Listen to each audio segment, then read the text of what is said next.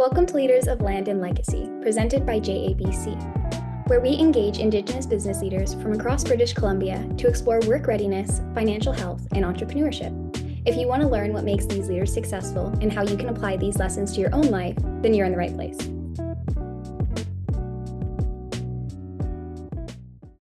I'm Jacqueline, and on today's episode, we're going to be exploring building a solid financial foundation with Chief Clarence Louie, a respected Canadian First Nations leader, a successful businessman, and the long-standing chief of the Osoyoos Indian Band. Thank you, Chief Louie, for joining us today. Let's dive in. Thank you, Jacqueline. So to get started here, would you mind sharing your journey with us and how you got to where you are today? I'd even go back to my teenage years in the 70s when I was actively involved in sports. Hockey and fastball.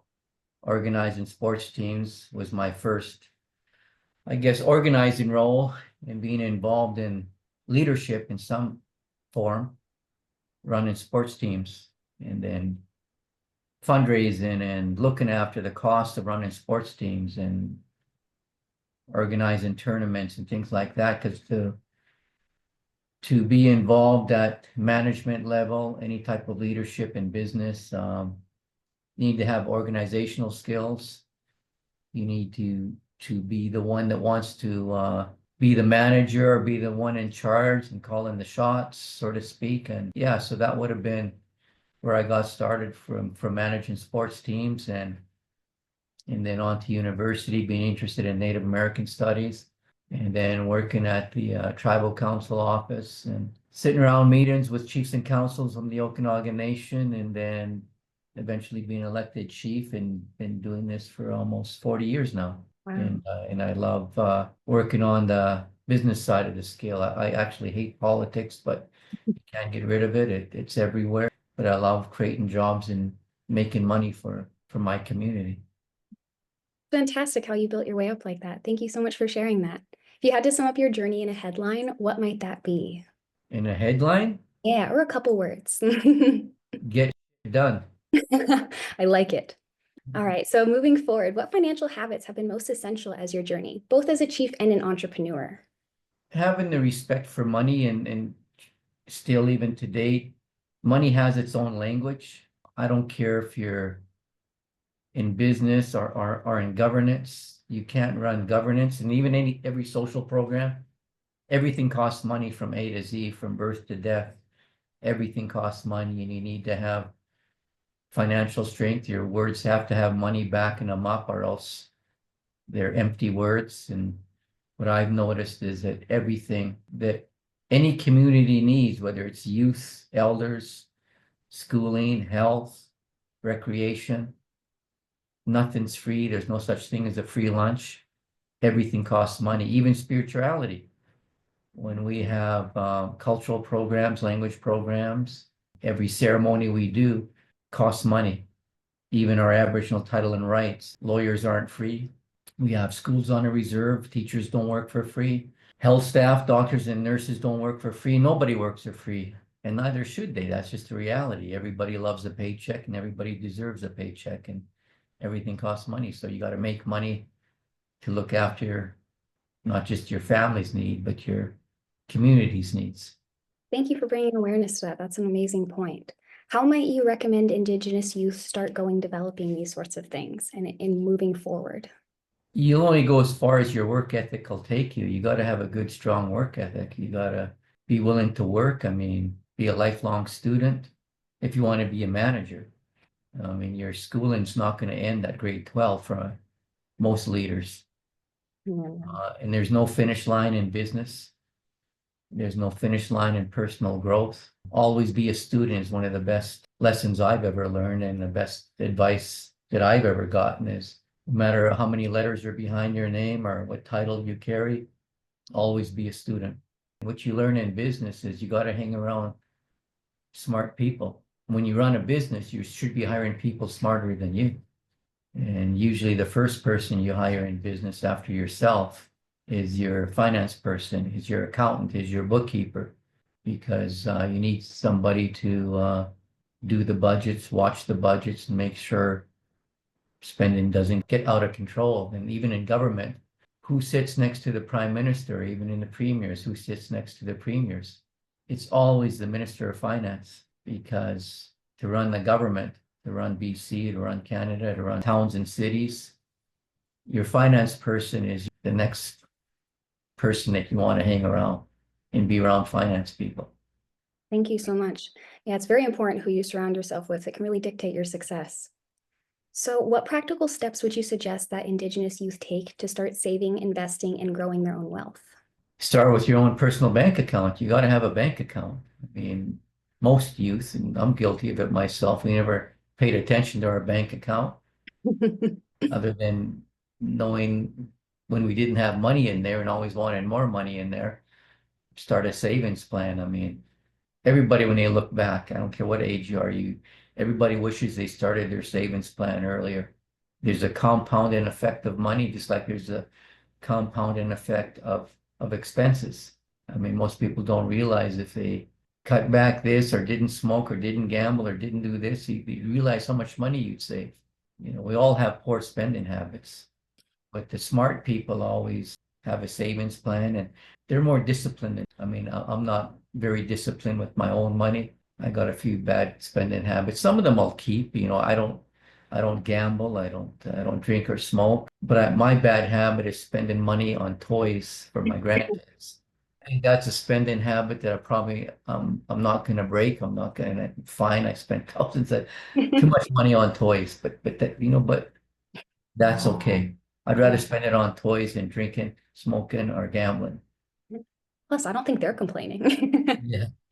So, why might you say that would be crucial for both personal success and nation building? It's about discipline. I mean, anyone that's successful, you got to have discipline. You got to have good habits, and there's good habits, and we all have some bad habits, but so you have to have financial discipline. You have to study the language of money and have some advisors around. I mean, any successful person I've met, you know, they have financial advisors, business advisors, legal advisors. Again, you got to hang around people that are smarter than you. And I love the quote that if you're the smartest person in the room, you're in the wrong room. I You love that. shouldn't be I've this, heard that. you shouldn't be the smartest person in the room. And I love hanging around rooms where people are smarter than me, because that's where you learn more. And as you learn more, there's always more to learn. And you pick up little disciplines, little tidbits of advice from people that are successful in the business world or the sports world. And most of it comes down to having more discipline and managing your own time and reading books. The book I was listening to in the gym yesterday, and I've listened to it so many times, I'm re-listening to it. Rich Dad, Poor Dad is an awesome book to listen to. And in that book, he says you have to manage basically only a few things to be successful. You got to start with your own personal time. You got to manage your personal time, because some of us don't manage our personal time enough. We waste too much time. Everybody gets 24 hours. You take 8 hours for sleep. All of us have 16 hours of working time to get it done. And some people waste too much time doing things that don't make money or don't protect your money. Like my mom says, don't hang around lazy people. Even if they are your cousins, don't hang with people. You know, find some hardworking people to hang around. And I'm a big sports person, as you can see in my background. If you want to be a better golfer, you got to hang around better golfers. You want to be a better hockey player, you got to hang around better hockey players. You want to be a better business person or a better business leader, you got to find some top-notch business people to hang around. And that's what I like doing. I like hanging around people that can put up their hands and say, I've made millions of dollars in the real business world, then I want to hang around you. You know, I've created hundreds of jobs. Well, then, hey, I want to hang around you. And some of the things we've done here in Osuyus, when I convinced the majority of my people to vote for this unique project, a racetrack, Ferraris, Lamborghinis, and McLarens don't interest me. But when you look through things with a business lens, when you put your business glasses on and you look at something, when I see a car worth $1 million, and there's $1 million cars hanging around the CUS Indian Reserve now, there never used to be. I'm not interested in that car. I'm interested in the person that owns that car. Because unless you're a drug dealer, how did you get to own a car worth $1 million? You're obviously a successful business person in some way, shape, or form. So if you own a car with $1 million, I want to take you for lunch and have a chat and to Mm. see if there's some business we can do together, or maybe you know somebody who knows somebody. And often people ask, Clarence, how'd you get this or that? And I said, that old adage is not what you know, it's who you know. It's because I know somebody who knows somebody who might know somebody. That's how I got those, whatever it may be. So networking is very important, whether in politics, business, person, even in sports. When I ran sports teams, I hung around other people that put on tournaments or put on events, and I got to know them. And I asked them, well, how did you learn how to do that? Well, I learned from this person. And so well, give me their name and number. So networking and improving adding more people to your network is very important. I never stop adding people to my network. Yeah, it seems that it always comes down to the people you surround yourself in your community. And I really appreciated how you brought up that point of it takes dedication, especially like in our world where technology is very up and coming. People seem to be getting distracted with that all the time. So thank you for bringing that up. What key financial principles should Indigenous youth understand when launching a business?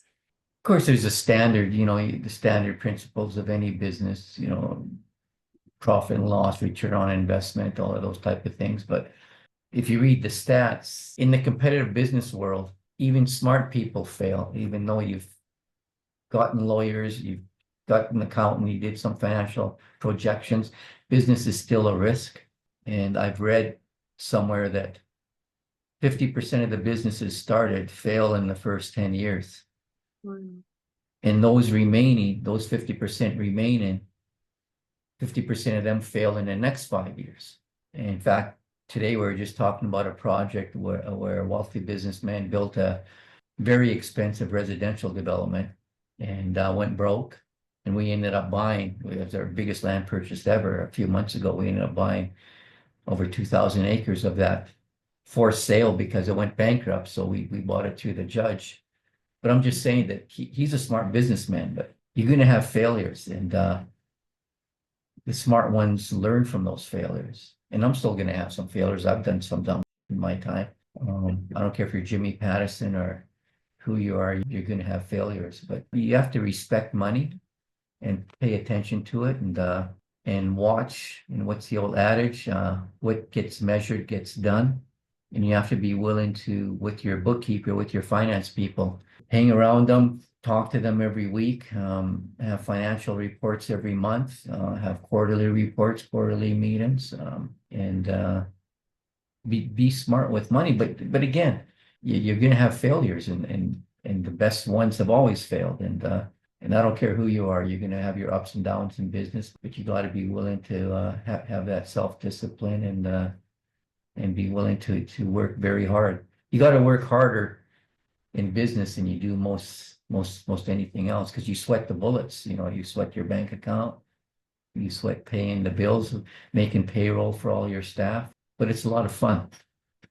So business is nothing. I mean, when it comes to having the energy, entrepreneurs have more energy and more drive than non-entrepreneurs. It's definitely worth the risk. And it kind of reminds me of like the statement, like rejection is just redirection, of how you just got to persevere after those failures and learn from them. That was fantastic. Thank you. How might you suggest that Indigenous youth develop their confidence in managing money and budgeting? Again, networking, reading the daily papers, listening to the daily news. The sad fact is most Native people don't have a library. Most Native people don't have a personal book collection. And you can see behind me some of the books I keep in my office. But if I'm in the Premier's or Prime Minister's office, first thing I go for is their bookcase. Because I'm always interested in knowing or seeing what's that successful person read or reading. It brought them to where they're at. And then I do the res thing. I borrow one of their books, but I get them to sign it before I borrow it because they ain't getting it back. It goes into my signed book collection section. Yeah, Oh, wow. so I mean that the old adage that leaders are readers in today's society, that's 100% correct. And the sad fact is with most Native people, I don't see libraries in their house. Show me your phone. Show me your library on your phone. I'm actually getting through more books by listening to them when I'm driving or on a plane and still being a student. Having that energy to have that intellectual curiosity. You have to be a doer and be willing to keep on reading. If you want to earn more, you got to learn more. That's what somebody once told me. I love that. That's a fantastic point. So it's really coming down to the community that you surround yourself and essentially the information that you're consuming and where you're getting that from. Thank you for that. Another question here is, what advice do you have for Indigenous youth who are looking to secure capital or funding for a business venture? We got to have a good credit. I mean, keep your damn credit good. I mean, don't screw up your credit. Get a Visa card as soon as you can when you're young. I didn't get a Visa card till probably in my 20s, but get a Visa card when you're young. Younger the better. Pay your bills. Keep your name good. Keep your credit good. Keep your reputation good. And then seek out, I mean, there's Aboriginal lending institutions. Getting the support of and having a network of people that'll back you up, whether through letters, phone calls. And sometimes if you're trustworthy enough and hang around the right people, they'll help you get financing. And again, it comes down to who you hang around. When I was inducted in, still being the first only Indian and First Nation in the Canadian Business Hall of Fame, the woman that was inducted with me, I can't remember her name right now, but I got her book. So when she told me she wrote a book, I said, I want a signed copy of it. Mhm. The book is called Bet on Me. And she was at the time the CEO of all the Home Depots in Canada. Oh, wow. Very successful Yeah. businesswoman. And if I can read a book or listen to a book and get one quote out of it that stays with me, it was worth the read or the listen. And what I got out of her book was one quote: your net worth is your network. Oh, that's a fantastic quote. So, and to me, I ratchet that up to your First Nations net worth is its network. Mm. And here at Osuyus, we've got a network of some pretty impressive Canadian companies. Some from Toronto, some from back east, some locally. But we've done some pretty good joint ventures and business deals with some very wealthy people. And like I mentioned, that racetrack, it's brought in a level of sophisticated business people here. And as I said, people that own those type of cars, most of them, all of them are all successful business people in all ranges of business. And here at Oseu's, we're involved in all ranges of business. And so again, your net worth as a community is your network. So, out of all of the books that you've borrowed from and gotten signed, which one would you recommend the most then? Oh, that's tough. That's like asking, I own Harleys and Indians. What do you like better? I said, when I'm on a Harley, I like my Harley. When I'm riding an Indian motorcycle, I love the Indian motorcycle. Or I love the Beatles. What's your favorite Beatles song? The Beatles wrote they have some lousy songs, really bad, but half their songs are classics, still Oh, being yeah. played today. So I don't have a favorite Beatles song. I have a bunch of favorite Beatles songs. I don't have one. Sure. So in the case of the stuff I listen to and still listen to, Mark McCormick is one I always listen to. Tony Robbins is a personal trainer. Jim Rohn, a business philosopher. Awesome stuff. I still love listening to his stuff. Harvey McKay, Sumit the Sharks. I mean, there's so many of them. And of course, Rich Dad, Poor Dad. I keep on listening to that audio book. There's so many good ones out there. There's no excuse, especially with today's technology. It's at your fingertips. Again, this thing can be used for the good or the bad. It's like most anything, and money again is can be used for the good or the bad. It depends what you focus on and stay on the good side of the scale, the hardworking side of the scale, and always want to be learning more. I mean, no one would go to a doctor who got their medical degree in 2020 and then stopped learning the latest and the greatest in medicine, right? Mhm.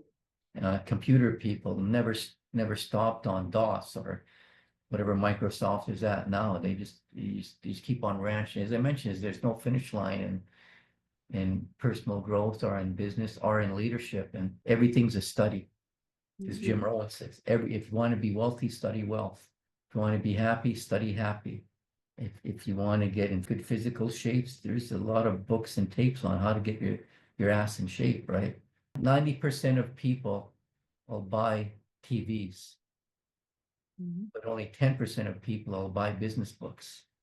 Mm, that's true. And what percentage of people out of those two groups is in the millionaires and the billionaires club? Definitely not the one going with the TV. 10% that buy business books and read business books. They're the movers and shakers, not the 90% that watch TV, that buy TVs and sit on the couch. That was a fantastic answer. Thank you. It really goes to show how you don't want to limit yourself and you really want to access a diverse range of knowledge to consume everything and be able to understand it all. So, how might you recommend that Indigenous youth position themselves to attract investment or support from financial institutions? You have to keep your name good, keep your credit good, market. I mean, use all the technologies at your fingertips now to be out there on social media in some way, shape, or form, which I'm guilty of not doing because I'm not on really social media. Even though I've written the best business book ever by a chief, there's the best business book ever written by a chief or native that's done business and done many multimillionaire business deals. You just got to be active out there. And if you look at the autobiographies of successful people, and that's one of my things I love doing is reading about successful people. How the hell did they get to where they're at? Arnold Schwarzenegger is a prime example. People should read his autobiography. He's the only person I know that's made it to the top in three totally different fields, three totally different. He went to the top in his sport, in muscle building, Mr. Universe, many times. So he made it to the top in sports. Then he made it to the top in acting. He was at one time the highest paid male actor, even with his accent, even with coming from a different country. He talks about how they wanted him to change his name and get rid of his accent, but he didn't. He wanted to separate himself from the pack. And then he went into politics and got elected to the highest office in the United States for somebody not born in the States. So Wow. he made it to the top in three totally different fields. That's amazing. He's the only one I know that's ever done that. That's fantastic. Oh my goodness. So that's the type of stuff, the books I listen to and read is anybody that's made it to the top, whether it's business, politics, sports, entertainment. I want to read their story. Mm. I'm not going to have a chance to meet them, but I'll come pretty damn close by reading their books, listening to their books. Learn and consume as much as you can. And that's what helps me. Yeah, that was a fantastic example as well, because it brings it back to your point of dedication being one of the most important things as well to kind of get you there and always learning, which is what he did, being able to specialize in three different fields. So thank you so much for bringing that up. How might you suggest that young Indigenous entrepreneurs balance cultural values with financial decision making to build businesses that strengthen both of their communities and their economic futures? Well, as Native people, you got to spend half your time on both sides of the scale, on the Native side and the contemporary Western side. Be involved in your whatever tribal nation you come from. Spend some time there, learning its past, present history, and then also doing the modern ways of whatever field, whether it's medicine you want to. I guess in this place we're talking about business. Spend half your time on the business side of the scale, learning and seeking out the best in your field, whether you're in commercial development, residential development, industrial development, tourism, whatever it may be. Because of the internet, young people have a lot more options, a lot more way to learn than we did when we didn't even have cell phones. Mm. But we still made it through those times. Many people were successful even without cell phones back in the day. Of course, young people can't get away from their screens, and there's too much screen aging going on today. Oh, yeah. Yeah, and again, it all depends where you spend your time and who you hang around. Are you spending your time in the right areas? It's helping you in whatever business you're in. The number one sentence I love hearing from my people here are four words. When somebody can say these four words, honestly, they're going to be a success in whatever they're in.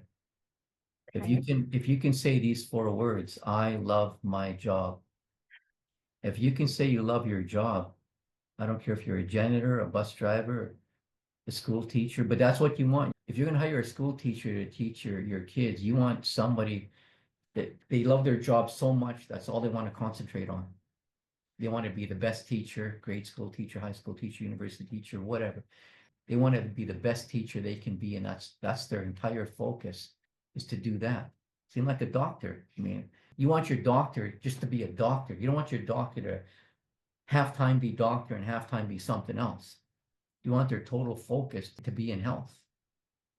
And if you want to be a business person, your total focus has to be in business. You can't do something half-ass. You'll never be a successful business person only being partly interested in whatever business you're operating.